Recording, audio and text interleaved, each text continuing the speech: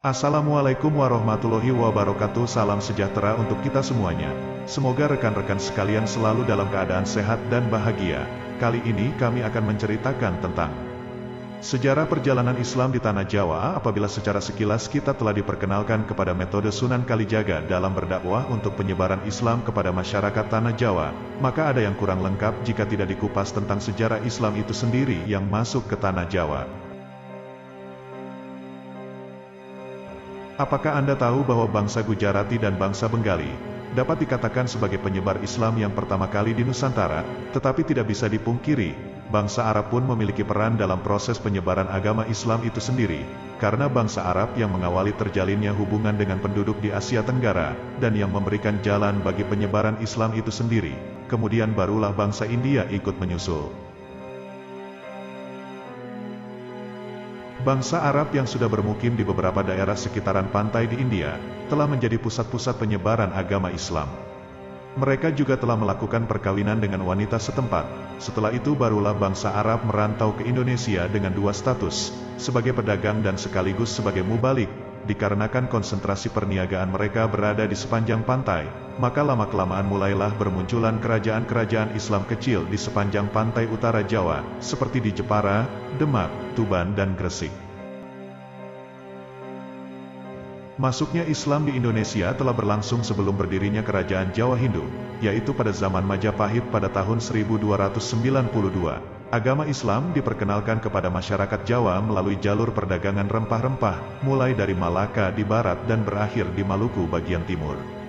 Agama Islam tidak pernah membedakan ras atau kelas sosial, malah justru menggalang kebersamaan sosial, karena mereka terikat menjadi satu oleh kepatuhan terhadap ajaran agama Islam, karena Islam memberikan rasa harga diri kepada umatnya.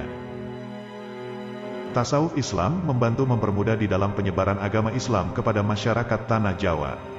Terutama ajaran yang dapat masyarakat terima adalah agama Islam yang telah melalui Persia dan Hindia, karena ajarannya bersifat Islam tasawuf, bukan yang tradisional sehingga agama Islam dapat tumbuh subur di Pulau Jawa.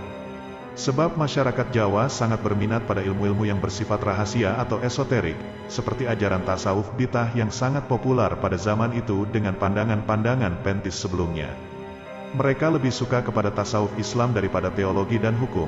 Kemudian ada faktor lain yang berpengaruh dalam penyebaran agama Islam kepada masyarakat Tanah Jawa adalah kurangnya pengaruh Hinduisme dan Buddhisme pada jalan pikiran mereka, sebab agama Islam membawa umatnya pada satu jalan pikiran dengan tanpa memaksa pikiran orang Jawa untuk mengetahui kekuatan alam semesta, sehingga agama Islam dianggap lebih memiliki kecocokan dengan alam pikiran mereka.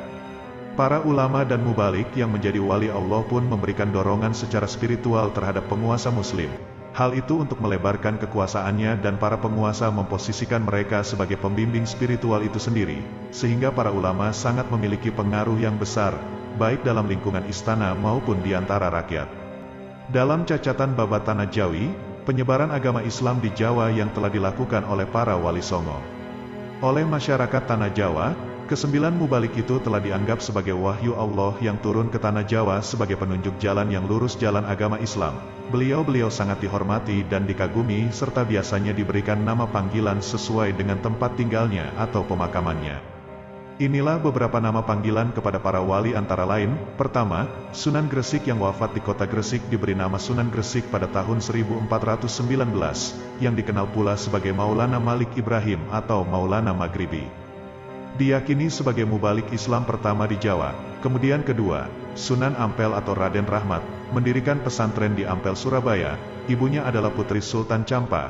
Beliaulah yang mengukuhkan Raden Patah sebagai khalifah di Demak dengan bergelar Syah Sri Alam Akbar Al-Fatah. Beliau wafat pada tahun 1467, dimakamkan di kawasan Masjid Ampel. Ketiga adalah Sunan Bonang atau Mahdum Ibrahim. Beliau adalah putra dari Sunan Ampel. Beliau melaksanakan penyebaran Islam di Tanah Jawa bagian timur laut, dan wafat pada tahun 1525 dimakamkan di Bonang, Tuban. Kemudian keempat, Sunan Derajat atau Syarif Fudin, yang juga merupakan putra Sunan Ampel, wafat pada 1572. Kelima, Sunan Giri atau Raden Paku adalah sosok pencipta tembang pucung dan asmarandana. Beliau melaksanakan penyebaran Islam di sepanjang pantai utara Jawa Tengah, wafat pada tahun 1530. Keenam, Sunan Kudus atau Raden Prawoto. merupakan putra dari Sunan Kalijaga.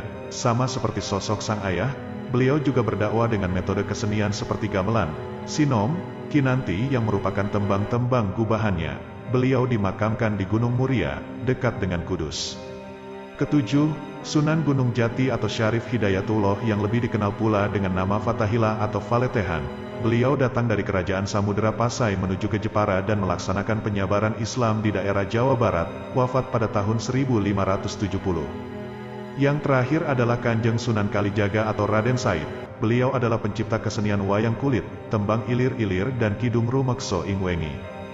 Beliau melaksanakan penyebaran agama Islam di Jawa Tengah bagian selatan. Beliau sangat berpengaruh di kalangan bangsawan dan beliau pun menikahi putri dari Sunan Gunung Jati. Wafat di Kalidangu pada tahun 1585, dengan hadirnya para wali di tanah Jawa, sebagai tanda berakhirnya zaman Jawa Hindu dan sebagai era pembuka ajaran Islam di Jawa, serta para wali pun pada umumnya memiliki pesantren dan santri di dalam memberikan ajaran tasawuf, sehingga kebanyakan orang Jawa menyebutnya sebagai zaman Kuwalen atau zamannya para wali. Kekuasaan tokoh muslimin dengan semakin banyaknya tokoh-tokoh muslim yang dapat berkuasa di bidang politik, seperti di kota-kota pantai utara Jawa, Ampel, Gresik, Tuban, Demak, Bonang, Jepara, dan Cirebon.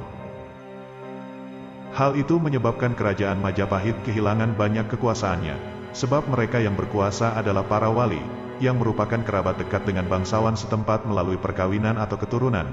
Pada zaman penyebaran Islam di tanah Jawa, ditandai dengan adanya perlawanan terhadap kekuasaan Majapahit, sehingga kerajaan-kerajaan yang berada di pantai utara yang sebelumnya memperoleh legitimasi dari Majapahit, justru sebaliknya melakukan perlawanan untuk memperoleh kemerdekaannya.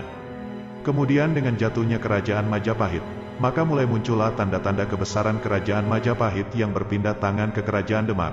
Hal tersebut disebabkan dengan adanya negara-negara bandar di pantai utara Jawa, yang dipimpin oleh Sultan Demak berhasil memperoleh kemerdekaannya pada tahun 1520. 70 tahun lamanya waktu persekutuan negara-negara bandar Islam menguasai kawasan yang cukup luas di Jawa, sehingga kerajaan Islam Demak dapat mencapai puncak kekuasaannya pada tahun 1540. Setelah itu pusat kekuasaan politik dipindahkan ke Jawa Tengah, seiring dengan diperolehnya kekuasaan serta hak untuk membangun masjid oleh saudagar-saudagar asing, dan penyebaran Islam di Jawa pun mulai berlangsung. Pada akhirnya mereka berbaur dan mengambil alih tata cara serta kebiasaan-kebiasaan dari bangsawan Jawa. Pembauran tersebut juga membuat banyak muslimin Jawa yang merupakan keturunan dari saudagar asing. Demikianlah yang dapat kami ungkapkan dari kisah tentang penyebaran agama Islam di tanah Jawa. Semoga dapat menambah wawasan dan ilmu pengetahuan tentang sejarah dan peristiwa yang telah terjadi di masa lalu. Apabila suka dengan cerita tersebut, maka bolehlah rekan-rekan klik tombol like dan subscribe serta dibagikan kepada calon penonton lainnya. Wassalamualaikum warahmatullahi wabarakatuh.